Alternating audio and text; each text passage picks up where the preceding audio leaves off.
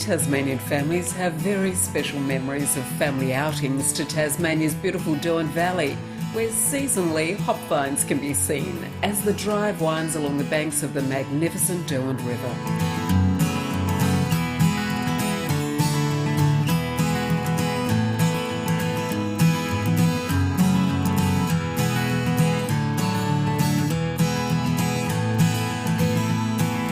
Yes, it was a family favourite, a visit to the Salmon Pond's heritage hatchery and gardens.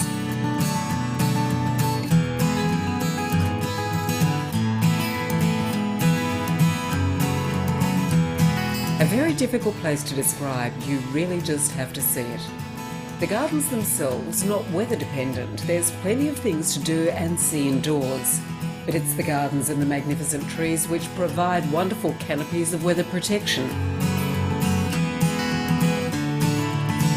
And then, of course, there's the fish.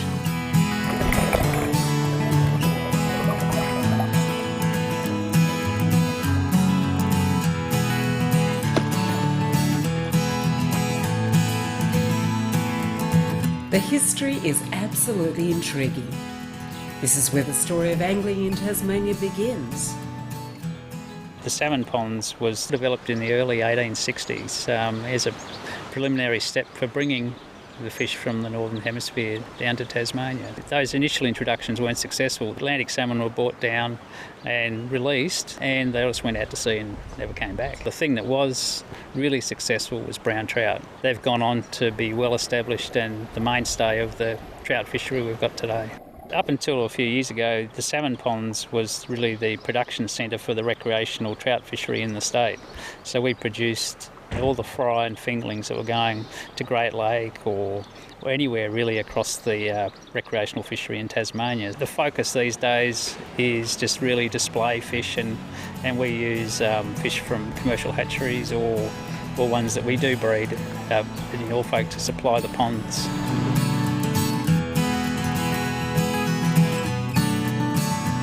We've got dispensers around the ground, so you can just coin operated, so you can get some fish food to feed the fish, and if it's not too hot, they'll perform.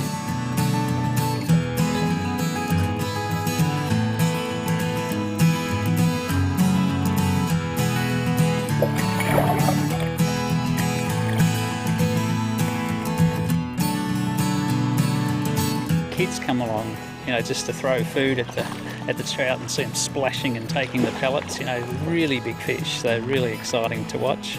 You've got your trout lovers and just others that are just visiting the state just to see what's on offer.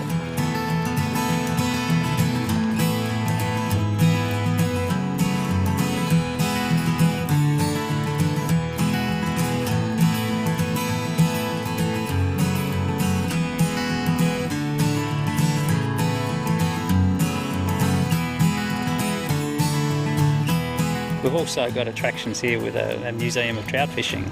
So that draws some of the real enthusiasts to the salmon ponds, just to have a look at the museum and obviously the big fish that we've got on display.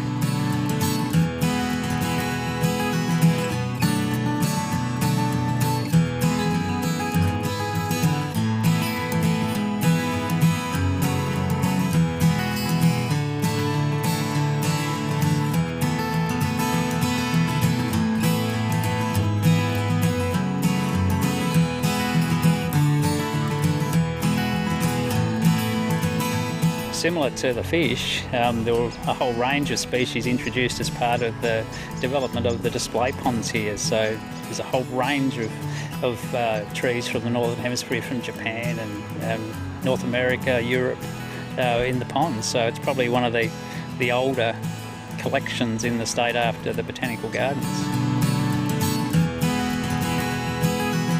You can walk around and admire the fish or have a picnic.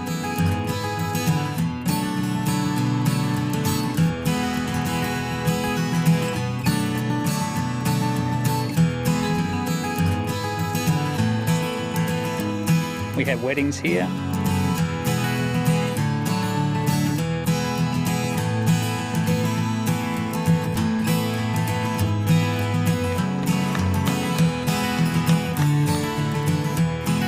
You can go along and see the natural sort of river as well as the display ponds here. So we've got more native species of trees and plants along the river walk now. We've got level access down into the picnic areas. So yeah, it's pretty friendly for all modes of mobility, and you might see the odd platypus in the river.